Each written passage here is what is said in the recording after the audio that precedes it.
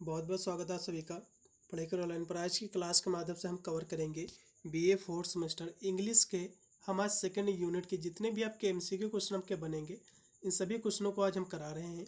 इसका first chapter already मैंने cover कर दिया है, उसको यदि आपने नहीं देखा है तो प्लेलिस्ट का लिंक आपको डिस्क्रिप्शन में मिल जाएगा। इसमें टोटल आपके 8 आपके चैप्टर हैं और प्रत्येक चैप्टर में आपके जो है 50 क्वेश्चन है। तो उसके हिसाब से जो है टोटल आपके जो पाठ्यक्रम में 400 क्वेश्चन आपके बनेंगे। यदि इन सभी प्रश्नों को यदि आप रट लेते हो, तैयार कर लेते हो, तो आपके अपने एग्जाम का कोई भी क्वेश्चन आपका नहीं बचेगा और पूरा का पूरा पेपर आप जो है सॉल्व करके आओगे। चलेगा। बहुत ही तीव्र गति से आज की जो हम क्लास करा रहे हैं, इसलिए जो भी विद्यार्थी हमारे चैनल पर फर्स्ट विजिट कर रहा है तो वीडियो को लाइक करेगा, साथ में हमारे चैनल को भी सब्सक्राइब करेगा, क्योंकि मैं इस पर BA-BSc की ऑल सेमेस्टर के एग्जाम की तैयारी कराता हूँ, जिसकी मदद से अपने एग्जाम में आप अच्छे नंबर प्राप्त कर सकते हैं। चलेगा। इसका सेकंड जो यूनिट है, इसमें आपको पढ़ना क्या है। फर्स्ट यूनिट में हमने पढ़ा था कि ट्रांसलेशन क्या होता है और जो है लिप्यंतरण के बारे में हमने जो है पढ़ा था। लेकिन इसमें जो है जो ट्रांसलेशन से संबंधित जो कि उपकरण होते हैं, using tools of technology for translation, यानी जो अनुवाद के लिए जो प्रौद्योगिकी के लिए जो उपकरण होते हैं, जैसे कि अनुवाद के लिए मोबाइल फ़ोन का उपयोग करते हैं, कंप्यूटर का उपयोग करते हैं, सॉफ्टवेयर हो गया। तो ये सभी चीज़ों के बारे में हम इसमें समझेंगे। चलेगा। हम सीधे जो है एमसीक्यू क्वेश्चनों पर हम चर्चा करेंगे। इसमें से 2-3 क्वेश्चन जो एग्जाम में देखने को मिलते हैं। इसका जो पहला क्वेश्चन आपके स्क्रीन पे आ चुका है, जो कि दिया हुआ है कि what is the full form of CAT in translation theory, यानी जो है CAT का फुल फॉर्म क्या है। CAT थ्योरी यानी जो है ट्रांसलेशन थ्योरी में, तो CAT क्या है आपको बताना है। क्वेश्चन काफ़ी महत्वपूर्ण है। पिछले साल मेरे हिसाब से 1-2 विश्वविद्यालय में क्वेश्चन आपका रिपीट भी हुआ है। CAT का फुल फॉर्म होता है, C से होता कॉमन, A से हो जाएगा असिस्टेंट और T से हो जाएगा आपका टेक्नोलॉजी। इसमें का जो राइट आपका विकल्प रहेगा B ऑप्शन। पूर्णतः इसमें का राइट हो जाएगा कॉमन असिस्टेंट टेक्नोलॉजी। इसको हिंदी में क्या कहते हैं, इसको हिंदी में कहते हैं केस। जो कॉमन दिया हुआ है तो इसका मतलब हो जाएगा सामान्य, और असिस्टेंट का मतलब हो जाएगा सहायक, और टेक्नोलॉजी का मतलब होता है प्रौद्योगिकी। तो यानी सामान्य सहायक प्रौद्योगिकी इसका जो हिंदी में फुल फॉर्म हो जाएगा। फिर आपका 2 नंबर क्वेश्चन है, giving the following which of the them are electronic tools of translation. ये क्वेश्चन जो कह रहा है कि एमंग द फॉलोइंग विच, यानी जो है निम्नलिखित में से जो है कौन अनुवाद में इलेक्ट्रॉनिक उपकरण है, इलेक्ट्रॉनिक टूल्स ऑफ जो है ट्रांसलेशन। तो ट्रांसलेशन में जो इलेक्ट्रॉनिक जो टूल्स हैं ये सभी हैं, जैसे कि वर्ड प्रोसेसर भी है और इलेक्ट्रॉनिक जो है डिक्शनरीज भी है और इलेक्ट्रॉनिक जो है एनसाइक्लोपीडिया भी है। इसलिए इसमें क्या सभी होंगे, इसलिए इसका D ऑप्शन होगा पूर्णतः राइट, उपरोक्त के सभी। फिर आपका है 3 नंबर क्वेश्चन कि Wikipedia is an example of. तो विकीपीडिया जो है किसका एग्जाम्पल है, एक उदाहरण है। तो किसका उदाहरण, तो कहोगे जो है इलेक्ट्रॉनिक जो है एनसाइक्लोपीडिया का है, विश्वकोश का है। ठीक है, शब्दकोश जिसको कहते हैं। अगला क्वेश्चन भी आपका है 3 नंबर क्वेश्चन ए भी है। 3 नंबर क्वेश्चन ए भी थोड़ा सा इसमें प्रिंटिंग आउट है। 4 नंबर क्वेश्चन आपका बनेगा PDF का फुल फॉर्म क्या होता है। PDF की फुल फॉर्म की यदि हम बात करें तो P से हो जाएगा पोर्टेबल डॉक्यूमेंट फॉर्मेट। इसमें का D ऑप्शन राइट होगा। वैसे तो B भी ऑप्शन सेम ही है। ठीक है, चलिए इसका D ऑप्शन लगाइएगा। अगला फिर आपका है 4 नंबर क्वेश्चन कि automatic translation from one language to another language is called. यानी जो है क्वेश्चन जो कह रहा है कि ऑटोमेटिक ट्रांसलेशन, जिसको हम स्वचालित ट्रांसलेशन अनुवाद कहते हैं। तो स्वचालित अनुवाद यानी एक भाषा से दूसरी भाषा में स्वचालित अनुवाद को जो है क्या कहते हैं, तो इसको जो है हम मशीन ट्रांसलेशन कहते हैं। मशीनी अनुवाद भी आप कह सकते हैं। फिर आपका है 5 नंबर क्वेश्चन कि day translation application is compatible with. ये जो 5 नंबर क्वेश्चन है ये कह रहा है कि डे ट्रांसलेशन एप्लीकेशन किसके साथ जो है संगत है, आपको ये बताना है। तो ये जो है एंड्रॉयड जो है मोबाइल के साथ भी है और iOS मोबाइल्स के दोनों के साथ संगत में है। ठीक है, इसमें का होगा C ऑप्शन। फिर आपका है 6 नंबर क्वेश्चन कि डे ट्रांसलेशन ऐप स्टैंड कट विकास। ये जो क्वेश्चन 6 नंबर है ये कह रहा है कि डे ट्रांसलेशन ऐप जो है इसलिए अलग है, क्योंकि ये किस लिए अलग है, विकास भी लगा हुआ, क्यों ये अलग है। तो ये जो अलग है ये अलग इसलिए क्योंकि is an app for both for machine and human translation. ये इसलिए भिन्न है क्योंकि यह जो है मशीन मानव अनुवाद और यह जो है मशीनी अनुवाद और मानव अनुवाद दोनों के लिए जो है एक ऐप है। ठीक है, तो 6 नंबर क्वेश्चन का राइट होगा आपका B ऑप्शन। अगला फिर आपका 7 नंबर क्वेश्चन कि there is an VRI app from day translations that can also be used for. ये जो 7 नंबर क्वेश्चन कह रहा है कि डे ट्रांसलेशन एक VRI ऐप है जिसका उपयोग जो है निम्नलिखित में से जो किया जा सकता है। तो इसका उपयोग जो है वीडियो और जो है फ़ोन प्रिंट इंटर प्रिंटिंग में करते हैं। इसमें का राइट होगा आपका सी ऑप्शन। फिर आपका 8 नंबर क्वेश्चन है कि which among the following translation app that comes from biggest internet company in the world. ये जो क्वेश्चन कह रहा है आपका 8 नंबर कि which among the following translation, यानी जो है निम्नलिखित में से कौन सा ट्रांसलेशन ऐप है जो विश्व का सबसे बड़ा जो है कंपनी से आता है, तो कहोगे गूगल से आता है। गूगल सबसे बड़ी जो है ट्रांसलेशन कंपनी है। इसमें का राइट हो जाएगा आपका पहला ऑप्शन। अगला फिर आपका 9 नंबर क्वेश्चन है कि Google translate has a technology that can be use for both. जो 9 नंबर क्वेश्चन है यह कह रहा है कि गूगल ट्रांसलेट में एक ऐसी तकनीकी है जिसका उपयोग दोनों के लिए जो है किया जा सकता है। तो इसका जो फॉर्मल और जो इनफॉर्मल स्पीच के लिए कर सकते हैं आप, औपचारिक और अनौपचारिक स्पीच यानी जो है बात के लिए। अगला फिर आपका 10 नंबर क्वेश्चन है कि name the feature in Google Translate app that lets two people who speak different language talk to each other over their जो है स्मार्टफोन्स। तो ये जो 10 नंबर क्वेश्चन कह रहा है, ये कह रहा है कि गूगल ट्रांसलेट ऐप में उस जो है सुविधा का नाम बताओ जो दो अलग अलग भाषाएं बोलने वाले लोगों को अपने स्मार्टफोन पर एक दूसरे से बात करने की जो है सुविधा देता है। तो इसको जो है कंजर्वेशन ट्रांसलेशन हम कहते हैं। इसमें का पहला ऑप्शन कंजर्वेशन ट्रांसलेशन का मतलब होता है बातचीत अनुवाद, इसका पहला ऑप्शन। फिर आपका है जो कि 11 नंबर क्वेश्चन है कि which app is known as voice translator for everyone. यानी ये जो वॉइस ट्रांसलेटर जो होता है, ठीक है, जो कि बोल कर जो सर्च किया जाता है, तो इस जो कि सभी के लिए है, एवरीवन मतलब होता है प्रत्येक के लिए। तो इसको जो है किस नाम से जाना जाता है ये आपको बताना। तो इसको जो है हम से हाय के नाम से जानते हैं। इसमें का जो राइट हो जाएगा आपका दूसरा ऑप्शन। कोई चीज़ आप गूगल में जब बोलकर सर्च करते तो आपको दो से हाय आपको लिख के भी आता होगा, ठीक है। तो इसमें का राइट होगा आपका बी ऑप्शन पूर्णतः राइट हो जाएगा आपके 11 नंबर क्वेश्चन का।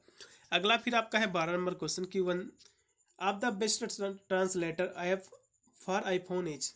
तो ये क्वेश्चन कह रहा है 12 नंबर कि आईफोन के लिए सबसे अच्छा अनुवादक जो ट्रांसलेटर ऐप जो है कौन सा है, आपको ये बताना है। तो उसके लिए जो है स्पीक एंड जो है ट्रांसलेट सबसे बेस्ट ऐप है। इसमें का होगा डी ऑप्शन। फिर आपका है 13 नंबर क्वेश्चन कि which app has one the highest rating for translator app on जो है आईटून्स, यानी जो आईटून्स में सबसे हाईएस्ट रेटिंग वाला ऐप कौन सा है, ठीक है, आपको ये बताना है। तो ये आपका है स्पीक एंड जो है ट्रांसलेट ही है। इसमें का दूसरा ऑप्शन पूर्णतः राइट होगा। फिर आपका है 14 नंबर क्वेश्चन है जो कि दिया हुआ है कि which tools is also easy to use on small devices like Apple Watch because it has a जो है सिंपल इंटरफेस। 14 नंबर क्वेश्चन कह रहा है कि कौन सा टूल जो है एप्पल वॉच जैसे कि छोटे डिवाइस पर भी जो उपयोग करना आसान है क्योंकि इसमें जो है एक सरल जो है इंटरफेस है।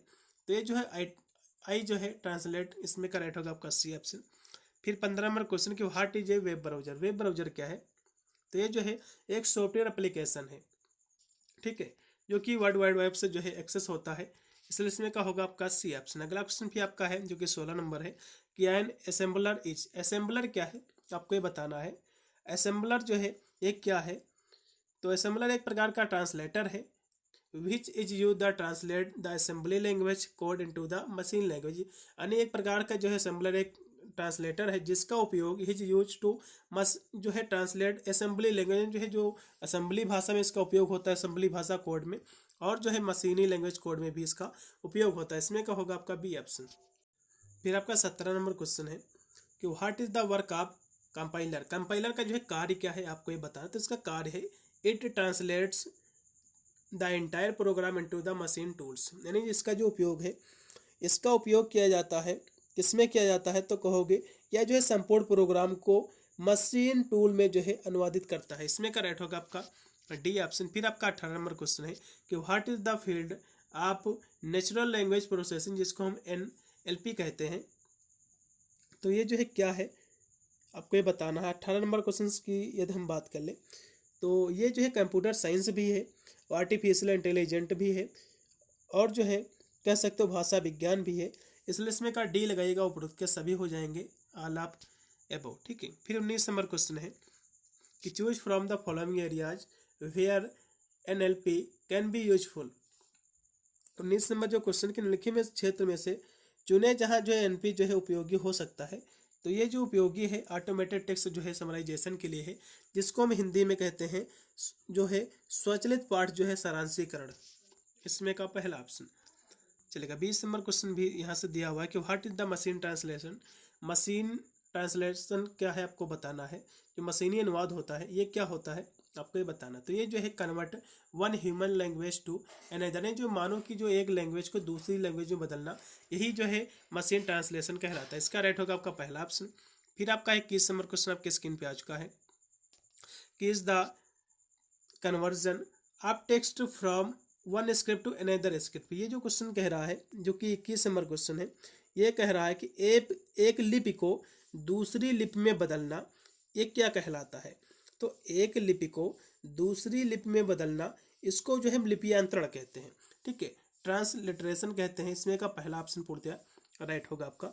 इसको हम लिपियांतरण कहते हैं। ठीक है, इसका केवल पहला ऑप्शन सही होगा। ये इसमें डी दिया क्योंकि गलत है ऑप्शन, क्योंकि एक लिपि को दूसरी लिपि में रूपांतरण करना लिपियांतरण कहलाता। अब लिपियांतरण होता क्या है, ये जो है दो शब्दों से मिलकर बना हुआ है, लिपि प्लस अंतरण या फिर अंतर, अंतरण भी आप लिख सकते हैं। तो दो शब्दों से मिलकर बना हुआ। लिपि का मतलब होता है एक भाषा, यानी लिपि कोई चीज़ मान लो लिखा हुआ, जैसे कि फॉर एग्जांपल आप जो है आप हेलो जो है इंग्लिश में आप इस तरह से लिखोगे, ठीक है, और हिंदी में आप इस तरह से लिखोगे। तो इसका आप कोई भी अनुवाद नहीं कर रहे हो, बल्कि आप लिपि का केवल अंतर कर रहे हो। ये चीज़ यहाँ से हिंदी में लिखी हुई है, ये चीज़ यहाँ से इंग्लिश में लिखी हुई है, तो इसको क्या कहेंगे, लिपियांतरण आपका ये होता है। चलिएगा अगला क्वेश्चन देखिएगा जो कि 22 नंबर है कि the idea of may be traced back to the जो है 17th सेंचुरी। ये क्वेश्चन आपके फर्स्ट चैप्टर में भी आपका था। इस विचार का इतिहास जो 17वीं शताब्दी से जुड़ा हुआ है। तो मशीनी अनुवाद का जुड़ा हुआ है मशीन ट्रांसलेशन का, इसमें का होगा C option. Machine translation can be use as a method based on जो है हाँ एंट्रीज। ये जो क्वेश्चन आपका दिया हुआ 23 नंबर, ये कह रहा है कि मशीनी अनुवाद का उपयोग प्रविष्टियों पर आधारित विधियों के रूप में जो किया जा सकता है। तो इसका उपयोग जो है डिक्शनरी के रूप में कर सकते हैं, इसका पहला ऑप्शन होगा। फिर अगला क्वेश्चन आपके स्क्रीन पे आ चुका है जो कि 24 नंबर क्वेश्चन है कि which of the following is a machine assistant translation tool. तो ये क्वेश्चन आपका कह रहा है कि इसमें जो है जो मशीन असिस्टेंट जो ट्रांसलेशन जो टूल है, इसमें से निम्नलिखित में से कौन है, ये आपको ये बताना है। तो आप कहोगे जो है इसमें जो है मंत्रा है, यही इसका टूल्स है, इसमें कहोगा बी ऑप्शन। अगला क्वेश्चन भी आपके स्क्रीन पे आ चुका है जो कि 25 नंबर कि what is the full form of TSM। वैसे तो TSM गलत दिया हुआ, TMS इसका होता है, इसका फुल फॉर्म होता है जो कि ट्रांसलेशन मैनेजमेंट सिस्टम। इसमें का जो राइट होगा आपका सी ऑप्शन, थोड़ा सा गलत दिया हुआ है, इसको TMS देना था। ठीक है, अगला भी आपका 26 नंबर है कि CAT tools are software application से क्रिएटेड। तो CAT जो कि टूल्स जो कि सॉफ्टवेयर है, उपकरण है, ये सॉफ्टवेयर अनुप्रयोग है जो कि ये क्या करता है। तो ये जो है टू सपोर्ट जो ट्रांसलेटर्स इन दियर डेली वर्क, यानी जो है ये ट्रांसलेटर में जो है सपोर्ट करता है डेली वर्क के लिए। इसमें का राइट होगा आपका डी ऑप्शन। फिर आपका 27 नंबर है कि how is machine translation beneficial. 27 number question कह रहा है कि मशीनी अनुवाद किस प्रकार लाभदायक है। तो ये सभी प्रकार लाभदायक, जैसे कि it is the fully automatic, या जो है पूरी तरह से जो है स्वचालित है, और इसमें जो है किसी मानव की जो है हस्तक्षेप की आवश्यकता नहीं होती है। It need no human intervention. ठीक है, तो ये सभी होंगे, इसलिए इसका आप डी लगाइएगा, उपरोक्त के सभी होंगे। फिर आपका 28 नंबर क्वेश्चन कि हो इंट्रोड्यूस्ड न्यूरल मशीन ट्रांसलेशन, जिसको हम NMT कहते हैं। तो ये क्या है, ये गूगल ट्रांसलेट है। ठीक है, इसमें का राइट होगा आपका बी ऑप्शन पूर्णतः। फिर आपका 29 नंबर क्वेश्चन आपके स्क्रीन पे आ चुका है कि दिया हुआ है कि among the following which is not a electronic tool for translation. इसमें का कौन सा जो है इलेक्ट्रॉनिक जो है टूल नहीं है ट्रांसलेशन का। तो वर्ड प्रोसेसर भी इलेक्ट्रॉनिक जो है ट्रांसलेशन का टूल्स है।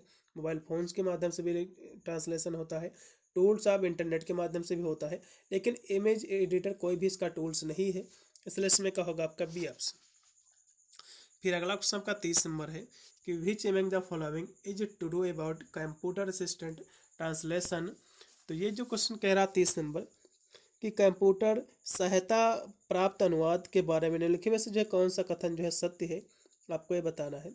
तो इसमें का जो है बी कथन पूर्णतः सत्य है कि ये जो है it has the ability to remember the important keyword and phrases in the language that are used in particular field such A medical industry religion. तो ये जो है इसमें भाषा के महत्वपूर्ण जैसे कि कीवर्ड वाक्यांश को याद रखने की क्षमता इसमें होती है, और साथ ही जैसे कि इसके बहुत सारे विशेष क्षेत्र जैसे कि चिकित्सा उद्योग धर्म आदि में जो इसका उपयोग किया जाता है। इसमें का बी ऑप्शन होगा। अगला क्वेश्चन भी आपका 31 नंबर है कि the use of machine translation. तो ये जो मशीन ट्रांसलेशन का कहाँ यूज होता है आपको ये बताना है।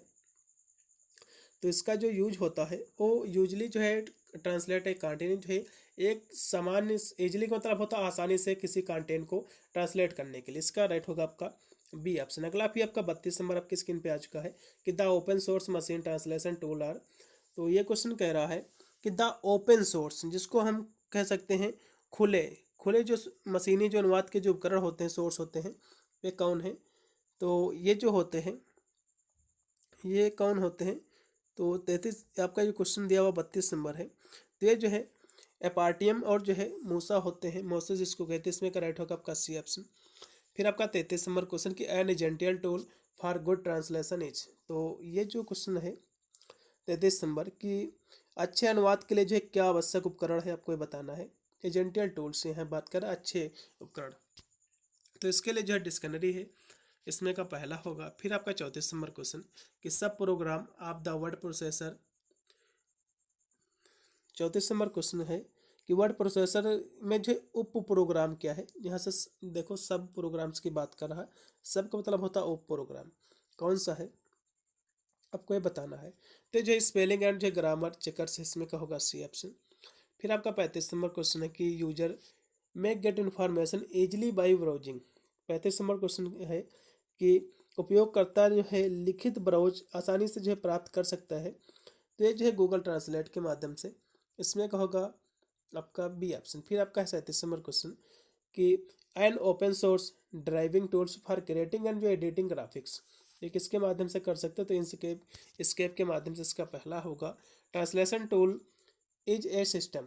तो ट्रांसलेशन टूल जो है किसका सिस्टम है आपको ये बताना है। तो जो है सॉफ्टवेयर जो है प्रोवाइडिंग का इसमें का होगा आपका बी ऑप्शन। फिर आपका है 39 नंबर क्वेश्चन कि पीटर केसरबर्ग।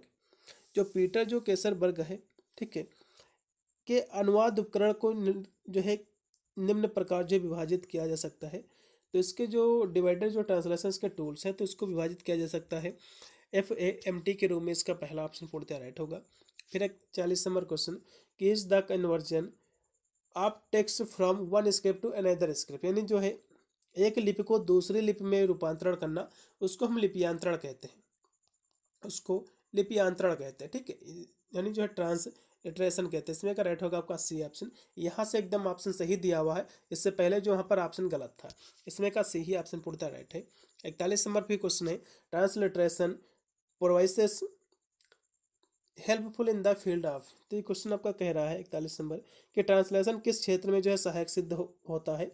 तो ये जो है एक कह सकते हो इसको रिसर्च के क्षेत्र में, इसको अनुसंधान के क्षेत्र में। इसमें अगर राइट होगा आपका चौथा विकल्प।